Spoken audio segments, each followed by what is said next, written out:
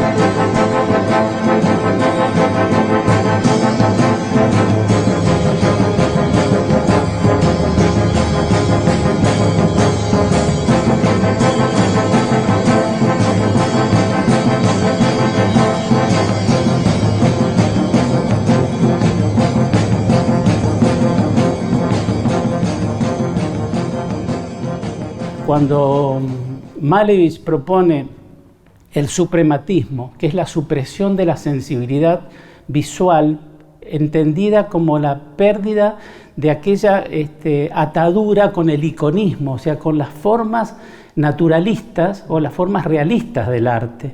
Entonces, lógico, cuando recién me decían, para poner énfasis en la cuestión de que por qué eligen la abstracción o por qué eligen esa estética, por qué esa particular estética objetivista, es justamente porque es la única que les queda en oposición al realismo, en oposición al naturalismo, que es el caso de Malevich y la abstracción. No le queda otro camino. Él llega al punto de dejar la pintura, como dice Roland Barthes, en el grado cero. Lo mismo que ocurre en el grado cero de la escritura es el grado cero de la pintura, porque una no figuración donde el fondo es blanco y la figura es blanca es el cero de la figuración. Entonces, de ese punto no hay salida. Tan es cierto que después el propio Malevich tiene que reconstruir su camino, porque después de cuadrado blanco sobre cuadrado blanco no le queda más nada. No queda nada, ¿qué es la nada? ¿Qué sucedió con ellos? Digamos, no me refiero a que algunos murieron, sí. Mayakovsky se suicida. En general... ¿Qué queda de eso? Digo, sí, en general hubieron dos posiciones que rápidamente entraron en conflicto. Los que se llamaron productivistas y los constructivistas. Unos que teorizaban de una manera más realista, podríamos decir, en el sentido de que el arte para el pueblo, el arte por el pueblo y para el pueblo, entonces alguna legibilidad había que acompañar con lo que se llamaban los metatextos o la metateoría. El caso de Kandinsky, por ejemplo. Kandinsky decía, si esto no lo entiende la gente, escribamos libros para que la gente entienda los cuadros. Entonces, Kandinsky escribe de lo esencial en el arte, punto y línea sobre el plano, y un montón de otros artículos breves que tienen una gran difusión en la Rusia revolucionaria. Ese es un caso. Y por el otro lado, los que directamente no tienen una posición subsidiaria del arte para con la revolución, sino que el arte es el arte y la revolución es la revolución, que no deben haber contaminaciones entre la política y el arte. ¿Quiénes eran, por ejemplo? Y el caso de Malevich, por ejemplo. Malevich es el que entra primero en discurso, y no así Tatlin. Tatlin inmediatamente, por eso dicen que Tatlin es la mano derecha de Lenin, en todo lo que es la propaganda del sistema, ¿no? Del nuevo sistema visual y comunicativo. Ya en el año 20 vemos las tendencias, arte con política y arte sin política. El arte imita al arte, va a decir uno, y otro dice el arte imita la vida. Si el arte imita la vida se va a comprometer con la política, forzosamente. Ahora, si el arte imita el arte es autónomo. Ahí está Malevich.